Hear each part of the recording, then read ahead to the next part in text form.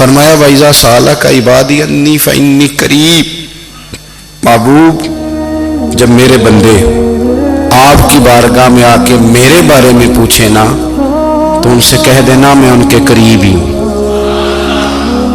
قریب ہی ہوں۔ دلیل کیا ہے؟ یہ جب بھی مجھ سے دعا مانگیں گے میں ان کی دعاؤں کو قبول فرماؤں گا، میں ان کے قریب ہوں، میں ان کے قریب ہوں۔ یہ جب بھی دعا مانگیں گے نا میں قبول کروں گا، میں ان کے قریب ہوں۔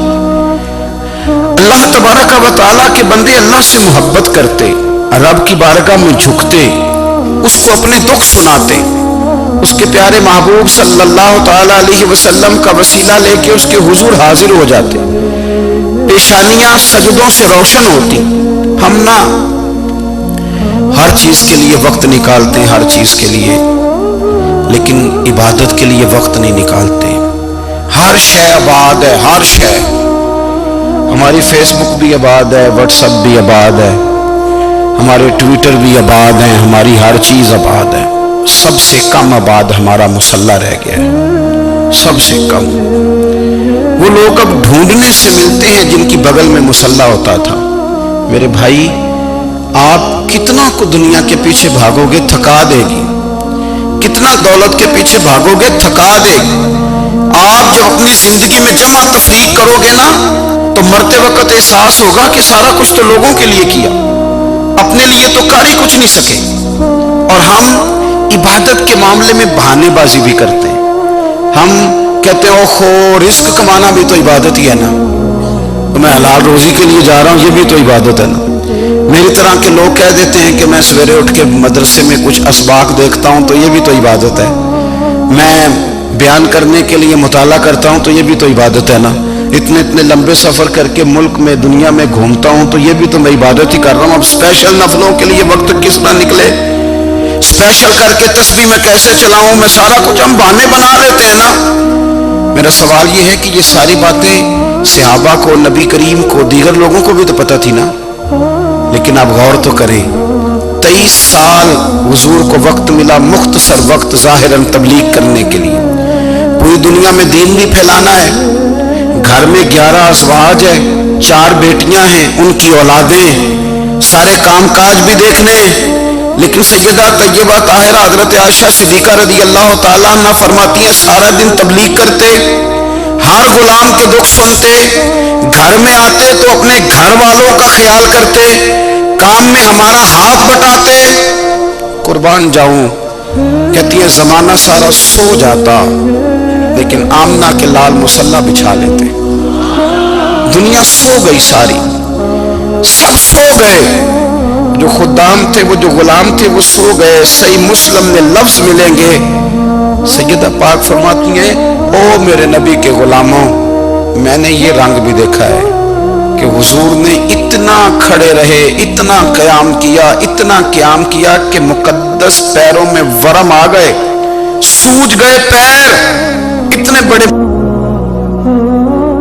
دل پہ ہاتھ رکھ کے نہیں بتا سکتا کہ میرے کبھی نماز میں پیر سوج گئے، کوئی نہیں بتا سکتا۔ بچوں کی روٹی کماتے تھک گئے بات الگ ہے، ہم سیر کرنے گئے تو تھک گئے بات الگ ہے، لیکن عبادت میں یہ بھی تو مسلم شریف ہے نا، یہ بھی تو دین ہے نا، یہ بھی تو حضور کی سنت ہے، یہ بھی تو وہ چیز ہے جو کریم کی آنکھوں کی ٹھنڈک ہے۔ سیدہ فرماتی ہیں پیروں میں ورم آ گئے، ساری رات ہی حضور نے نماز پڑھی اور ایک ہی آیت بار بار دہرائی۔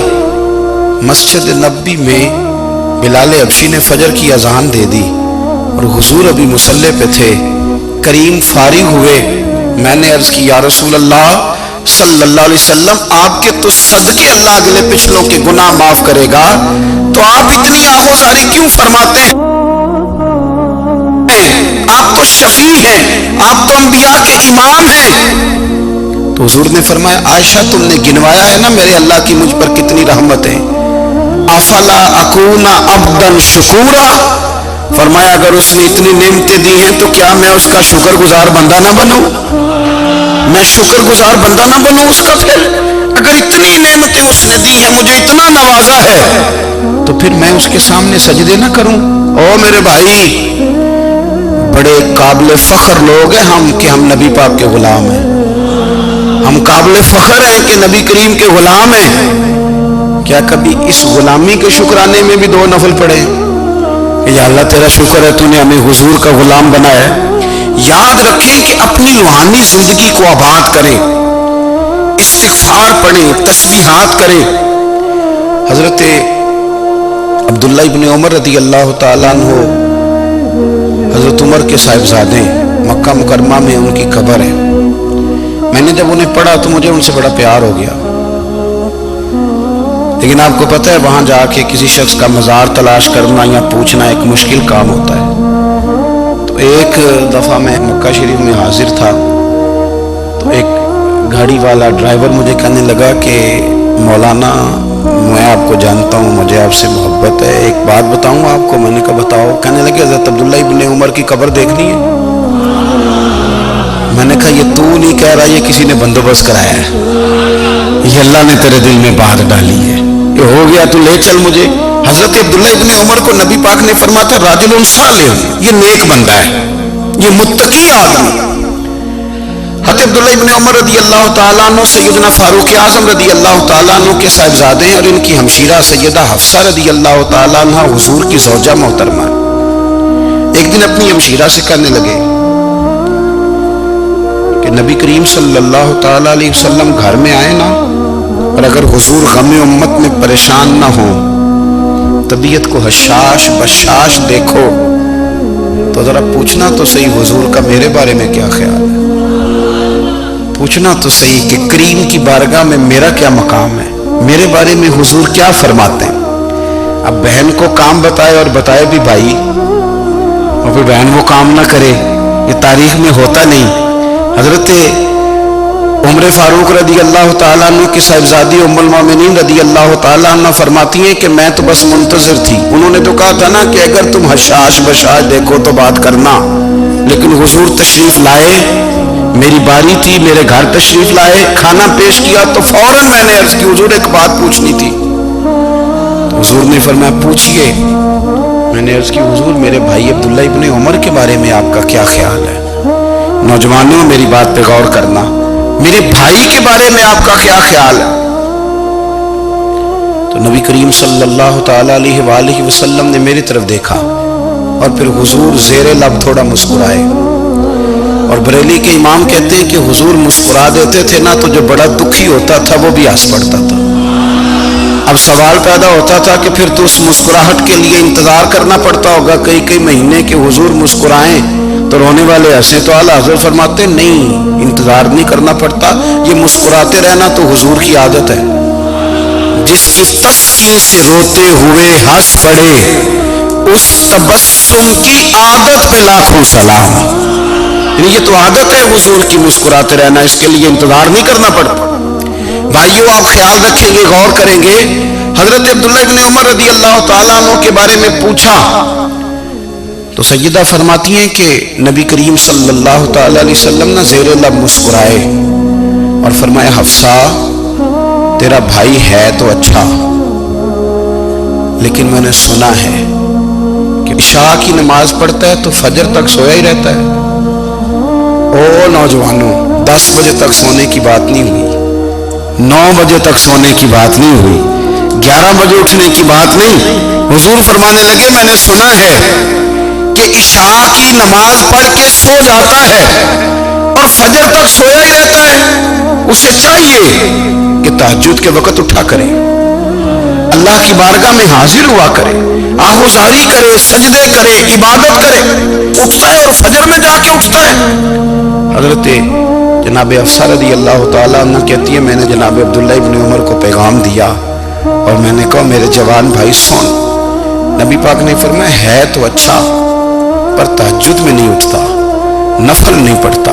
او میری ملت کے جوانوں، مزہ نہیں آ جاتا جب ساری دنیا سوئی ہو، ساری دنیا، اور بستر بھی گرم ہو اور نیند بھی پورا غلبہ کر رہی ہو، اور اچانک گھنٹی بجے دماغ میں، آنکھ کھلے، گھڑی پہ نظر پڑے، 3:30 4 بجے کا پیغام گھڑی بتائے، اور کوئی چڑھتی جوانی والا اٹھے، اٹھ کے وضو کرے اور جب وہ مصلی کھول کے بچھائے تو مدینے والے محبوب کہتے ہیں کہ ہر نماز پہ رب ثواب دیتا ہے، اور جو اٹھ کے تہجد کی نماز پڑھے اسے دیکھ کے تو رب مسکراتا ہے، جو اس کی شان کے لائق ہے، جو اس کی شان کے لائق، وہ مسکراتا ہے، خوش ہوتا ہے کہ میرا بندہ تہجد میں اٹھ گیا، وہ مسکراتا ہے۔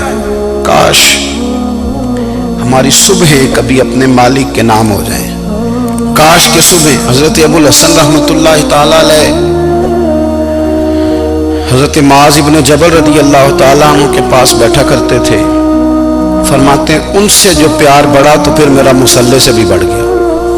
تابعی ہیں، فرماتے ہیں صحابی رسول سے محبت ہوئی تو ذکر سے بھی ہو گئی، پھر درود شریف سے بھی ہو گئی، محبت ان سے بڑھی تو پھر اللہ نے مسجد کا پیار بھی بڑھا دیا۔ آپ فرماتے ہیں کہ میری ہر وقت طبیعت چاہتی تھی کہ بس اللہ اللہ کروں، بس اللہ اللہ کروں، بس نہ میں ذرا تھوڑی جان چھڑاؤں لوگوں سے، کوئی 10 منٹ ملے تو میں کوئی 4 نفل پڑھ لوں، میں تھوڑا سا نہ بچوں لوگوں سے، اور مجھے تسبیح ملے تو میں نہ کوئی 400-500 دفعہ استغفار پڑھوں، سبحان اللہ، الحمدللہ، اللہ اکبر، لا حول ولا قوت الا باللہ، میں نہ تسبیحات پڑھوں۔ فرماتے ہیں کہ بچے تھے گھر میں 6-7، غربت تھی، کام ملتا کوئی نہیں تھا، اور میں کام چور نہیں تھا، کام ڈھونڈتا تھا، پر اللہ کی قدرت کے کام نہیں ملتا تھا۔ فرماتے ہیں کہ میں نے ایک دن اپنی اہلیہ سے کہا کہ آج میں پھر جاتا ہوں کام ڈھونڈنے، تو میری بیوی بڑی فرما بردار تھی، پر اس دن نہ غربت کے ہاتھوں تنگ آ کے کہنے لگی آج نانا کوئی تو چیز لے کے آیا، تو مجھ سے بچوں کی بھوک نہیں دیکھی جاتی، یہ سب روگاں دا روگ محمد جس دا نام غریبی، کنڈ بلا کے لنگ جاندے نہیں دوست یار قریبی، آج میں کچھ لے کے آیا تو میں بچے لے کے چلی جاؤں گی۔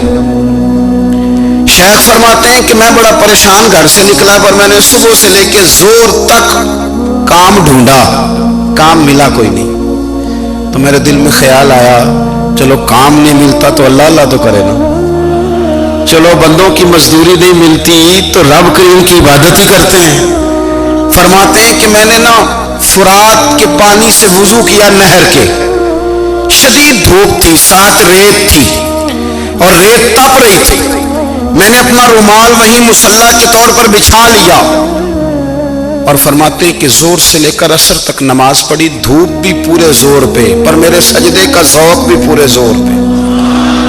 فرماتے ہیں سورج بھی چمک رہا ہے اور رب کی عبادت کا ذوق بھی پورے زور پہ، میں سجدہ کروں تو پھر میرا اٹھانے کو جی نہ چاہے۔ میرے استاد لکھا کرتے تھے، یہ ان کا شعر ہے، وہ کہا کرتے تھے مجھے سوز دے، مجھے ساز دے، اور مجھے نیم شب کا نیاز دے، دم سجدہ خود کو میں توڑ دوں، مجھے ایسا ذوق نماز دے، اور میں تیری بہار کا پھول ہوں، میں کھلا بھی ہوں تو تیرے لیے، مجھے میری شاخ سے توڑ لے، مجھے اپنی زلف کا ناز دے۔ بھائی فرماتے ہیں کہ عصر تک میں نے نفل پڑھے، دل ڈھلنے لگا، عصر کی نماز پڑھی اور میں وہاں سے چلا۔ اب میں جب نکلنے لگا تو دل میں خیال آیا کہ چھوٹی چھوٹی دیواریں ہیں گھر کی، بغیر کچھ لیے جاؤں گا تو بیوی دور سے دیکھے گی تو شور کرے گی کہ پھر خالی ہاتھ آ گیا ہے۔ کہتے میں نے اپنی اسی رومال میں جس پہ میں نے نماز پڑھی تھی نا، رومال میں کی آخی دے پنجابی جو صافہ کہتے ہیں، اسی میں نا میں نے کچھ ریت بھر لی کہ وہ دور سے دیکھے گی تو سمجھے گی کچھ لے کے آیا ہے، چلو جا کے اسے بتا دوں گا کہ آج پھر مزدوری نہیں ملی۔ کہتے ہیں وہ ریت لے کر جب میں گھر میں گیا تو پہلے بیوی دروازے پہ کھڑی ہوتی تھی، پوچھتی تھی خالی ہاتھ آ گئے ہو؟ آج میں نے دیکھا تو ہے ہی کوئی نہیں۔ فرماتے میں اندر داخل ہوا، سلام لیے، کونے میں نے وہ رومال رکھ دیا اور میں نے آواز دی کہ بھلی مانس کہاں ہو؟ تو وہ کہنے لگی آپ منہ ہاتھ دھو لیں، میں روٹی لے کے آئی۔ میں نے کہا روٹی کہاں سے آ گئی؟ یہاں تو کئی دنوں کے فاقے، تو کئی دنوں کی غربت ہے، یہاں تو اس گھر میں تو فقیری ہے۔ فرماتے ہیں کہ وہ روٹی لے کے آئی اور اس وقت کی جو موجودہ نعمتیں تھیں، سمجھنے سلاد، اچار، ہر چیز ساتھ لائی۔ میں نے کہا کہ بچے کہاں گئے؟ کہنے لگی وہ کھانا کھا کے کھیلنے گئے، آپ کھانا کھا لیں آ جاتے۔ کھانا اس نے چن لیا۔ میں نے حیرت انگیز لہجے میں ساری نعمتیں اپنے دسترخوان پہ دیکھ کر کے بیوی سے پوچھا یہ کہاں سے آیا کھانا؟